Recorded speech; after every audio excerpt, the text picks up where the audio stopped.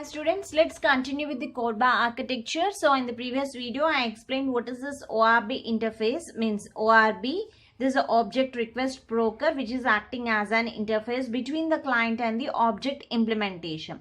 So the client calls calls the request of object implementation through this ORB interface. So that we had seen in the previous video. Now let's see the another thing, that is the interface definition language. I call it as something ideal. So what is this ideal and what is this stub? Okay, so the interface definition language, ideal is the interface definition language.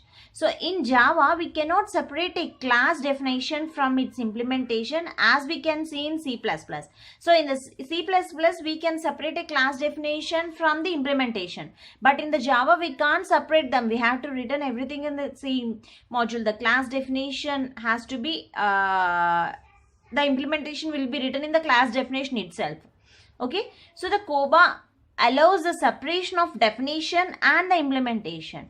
So here the CORBA is going to allows the separation of definition and the implementation.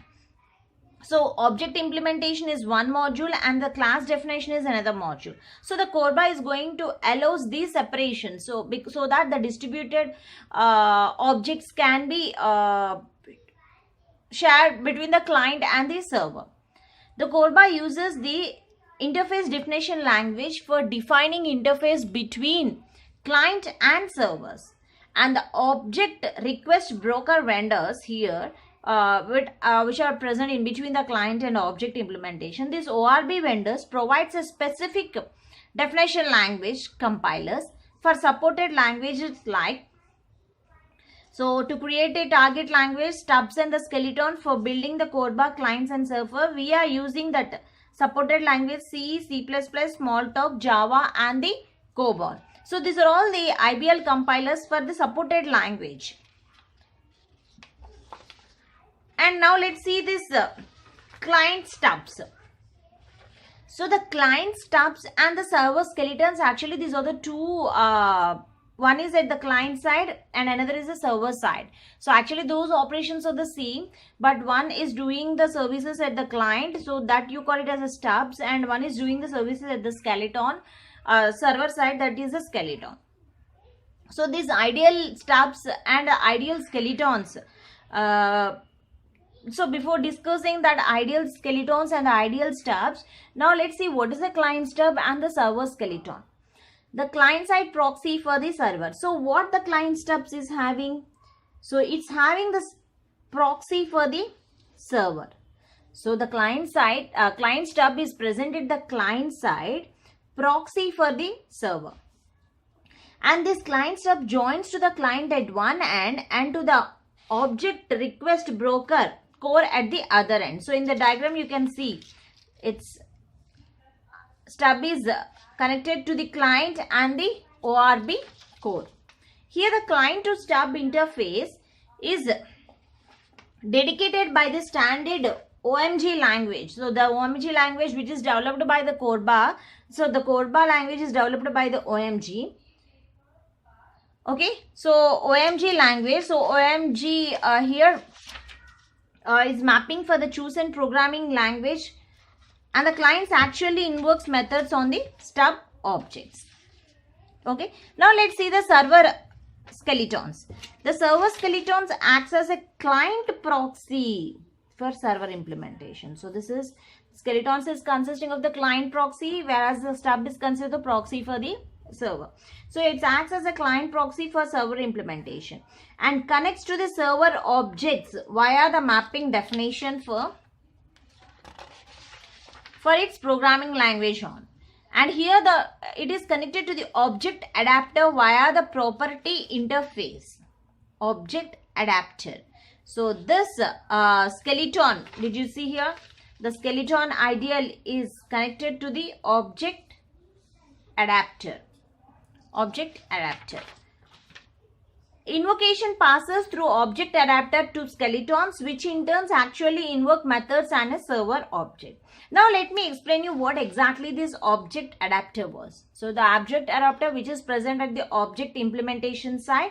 So here it is sending the message to the object implementation and taking the request which is given by calls the client to the client. The service is provided to the client, this object adapter. Let's see what is the operation of this object adapter.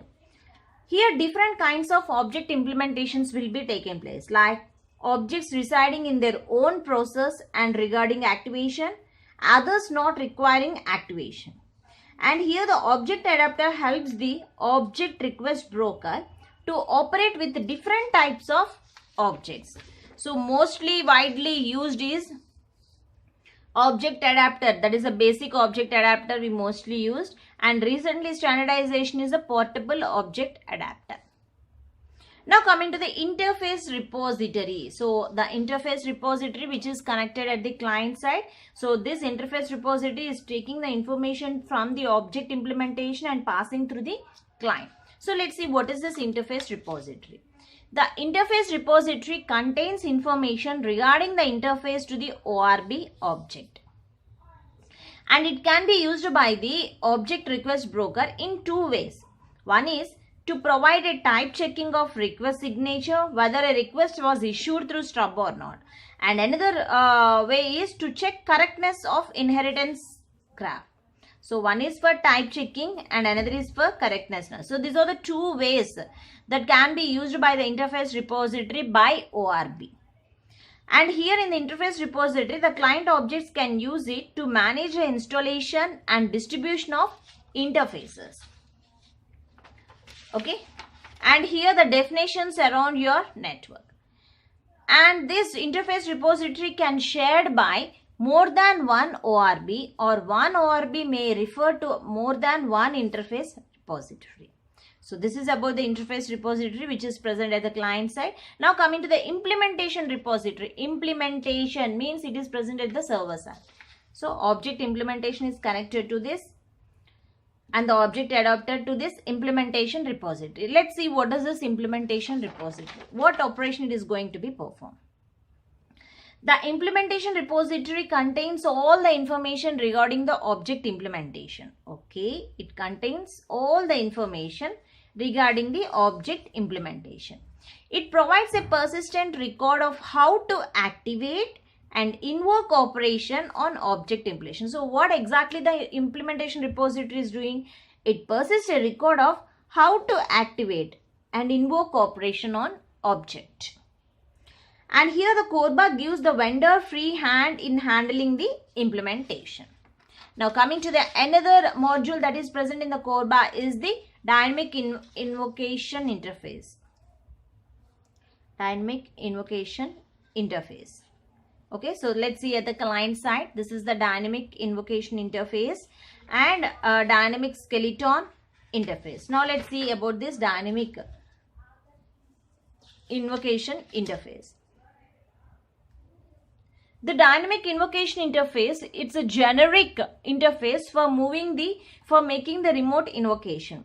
And this uses the interface repositories at runtime to discover the interfaces. And this dynamic invocation interface doesn't need for pre-compiled steps. Then whatever the dynamic skeleton interface, which is at the side of the object implementation, it allows the ORB, that is the object request broker, and the object adapter to deliver request to an object without the need of pre-compiled skeletons. And here the implementation is via dynamic invocation routine. And the object request broker here invokes the dynamic invocation routine for every dynamic skeleton interface request that it makes.